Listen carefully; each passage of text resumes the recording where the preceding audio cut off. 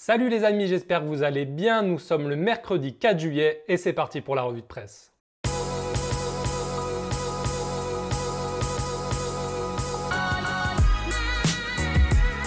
Et j'ai décidé pour cette revue de presse de changer un peu mon fonctionnement. D'habitude, je vous parle et puis je mets des petites incrustes à l'écran. Là, j'ai décidé de vous montrer directement les unes sur ma tablette pour que ça soit peut-être un petit peu plus dynamique, un peu plus vivant.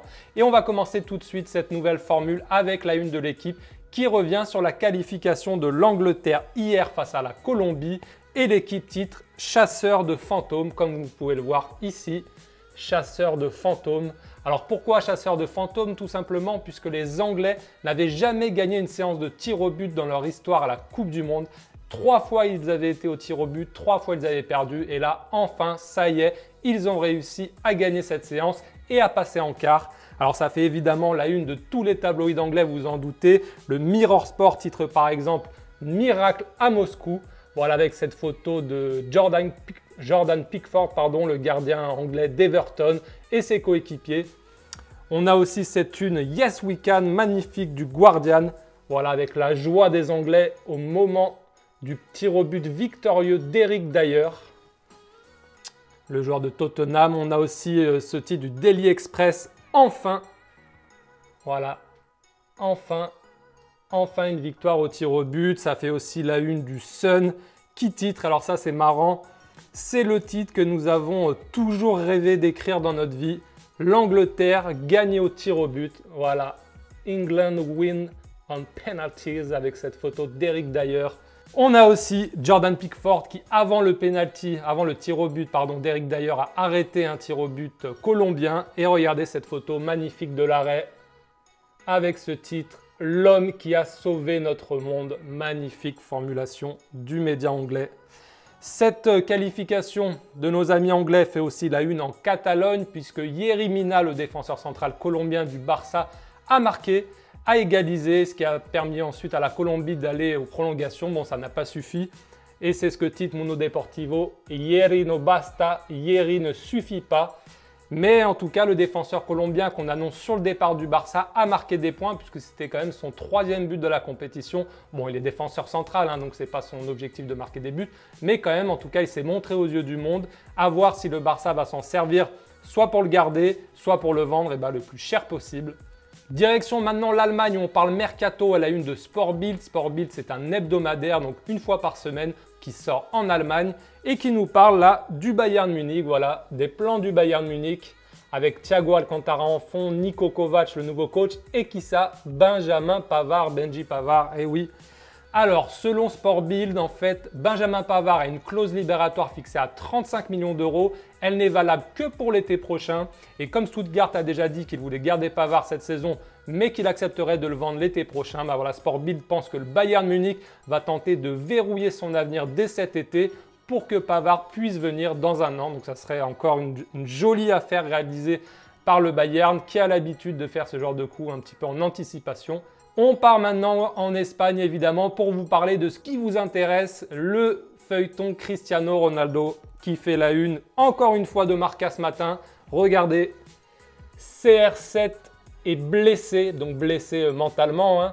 Soit Florentino se retrousse les manches, soit Cristiano s'en va. Voilà, c'est ce que titre le quotidien madrilène qui nous dit qu'il a décidé, Cristiano, de partir et que ce n'est pas qu'une question d'argent, c'est aussi une question de valorisation. Il ne se sent pas assez valorisé, pas assez respecté.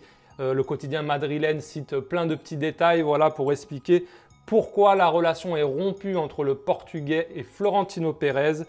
Cette information fait aussi la une du quotidien AS, qui revient lui aussi sur la victoire de l'Angleterre, mais qui titre en haut « Florentino ouvre la porte à Cristiano ». En fait, le quotidien AS revient sur l'information d'hier de la Sexta qui dit que le Real Madrid est prêt à vendre Cristiano à la Juve et que la Juve va offrir 100 millions d'euros et que cette offre sera acceptée par le Real Madrid. Alors, on n'en est pas encore là. Peut-être que la Sexta, qui est habituée un petit peu à vouloir faire le buzz, s'est enflammée. Affaire à suivre. Ce transfert en tout cas fait également la une de tous les médias italiens ce matin, notamment de la Gazzetta dello Sport qui titre CR7 Juve, une merveilleuse idée. Voilà pour la Gazzetta, l'opération totale pourrait coûter environ 350 millions d'euros entre les 100 et 120 millions d'euros du transfert. entre le salaire du joueur et puis entre autres, alors en plus je ne sais pas comment ils arrivent à 350, peut-être avec les impositions ou j'en sais rien.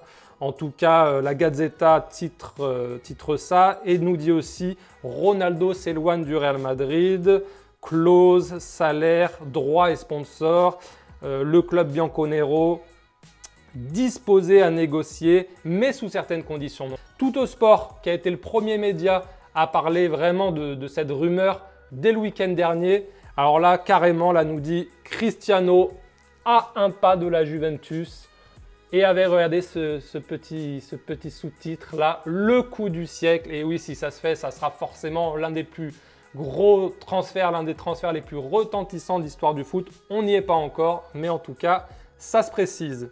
Et enfin, on termine cette revue de presse au Portugal où Record voilà, nous parle aussi de Cristiano là en haut. Hein.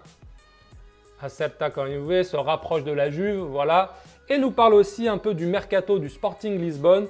On apprend donc que l'ami Paco Alcácer du Barça est dans le viseur du Sporting. Et on apprend, regardez aussi là, intéressant, que William Carvalho, qu'on annonçait en Angleterre, qu'on annonçait à l'Inter, serait proche de signer au Betis Séville pour 20 millions d'euros. Je vous ai fait une petite news sur le site si vous voulez aller voir. En tout cas, voilà, ça se précise. Et le nouveau président du Sporting a aussi annoncé que plusieurs joueurs comme Bruno Fernandes et Podence, je ne sais pas comment on dit, Podence, qui avaient résilié leur contrat, auraient fait machine arrière et seraient prêts finalement à rester. Voilà, c'est tout pour cette revue de presse. J'espère qu'elle vous a plu. N'hésitez pas à me dire dans les commentaires si vous avez aimé cette nouvelle façon de vous présenter l'actualité des Une européennes. Si ce n'est pas le cas, n'hésitez pas à me le dire. Si vous avez bien aimé, n'hésitez pas à me le dire aussi, ça me fera plaisir. Voilà, je vous souhaite une très bonne journée à tous sur le site. Je tenais également à vous remercier car hier, la revue de presse a cartonné. On a fait plus de 5000 vues. C'est magnifique puisqu'on n'est que 500 abonnés sur la chaîne. Donc 5000 vues, ça veut dire que la vidéo a été partagée ailleurs, a été consultée naturellement sur YouTube. Donc gros merci à vous. Ça me donne beaucoup de force pour continuer à faire ce que je fais au quotidien. Et je vous remercie aussi parce que le site internet a très bien marché aussi hier. On a fait 7000 pages vues, donc c'est beaucoup. C'est le record pour la nouvelle version du site. Donc je vous remercie chaleureusement et puis je vous dis à demain pour une nouvelle revue de presse. Ciao les amis.